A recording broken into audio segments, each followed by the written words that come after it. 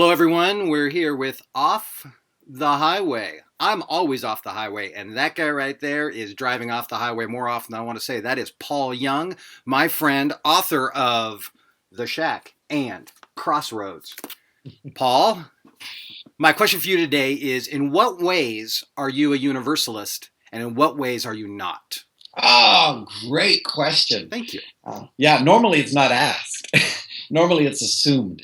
And then people assume what they mean by universalism. Yes. Right? Yes. And so, if by what you mean by universalism is that all of creation, the entire cosmos, everything that is in it, every subatomic particle, every human being, every spirit that we can't see, every part and particle, seen and unseen, of this created order was created inside Jesus.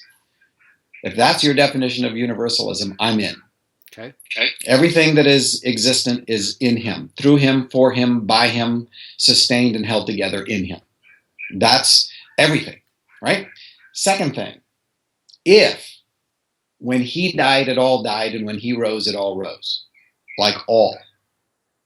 If his incarnation, death, resurrection, and ascension included the entire cosmos, the universal cosmos, I'm a universalist.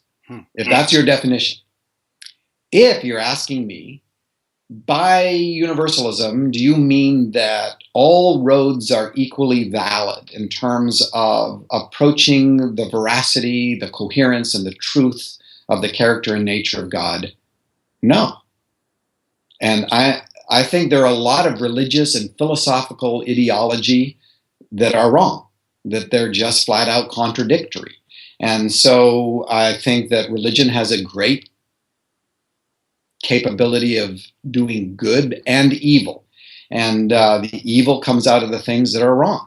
So I think there is elements of the Christian religion that are flat out wrong. But I think there are elements of every religious system that are flat out wrong. But there are things about every religious system that are inherently true. So we've got to work those kinds of things out. But all roads don't lead to the same place in terms of the coherence of the character and nature of God, the truthfulness. So, for example, I think that God is person.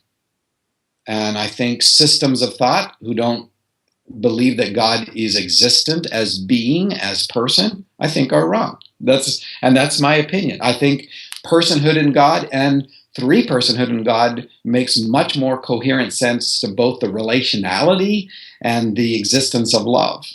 And so I don't think all roads lead to the same place. But I also would include Christian religious ideology doesn't lead to truth necessarily, just because it's been baptized under a name called Christianity. So, but I'm very committed to the relationship of the Father, Son, Holy Spirit to Jesus as the revelation of that. So, if by universalism am I committed to a doctrine that says, and this is the one that people tend to go after, am I committed to a doctrine that says that everybody ultimately will be completely and fully reconciled back to relationship with God?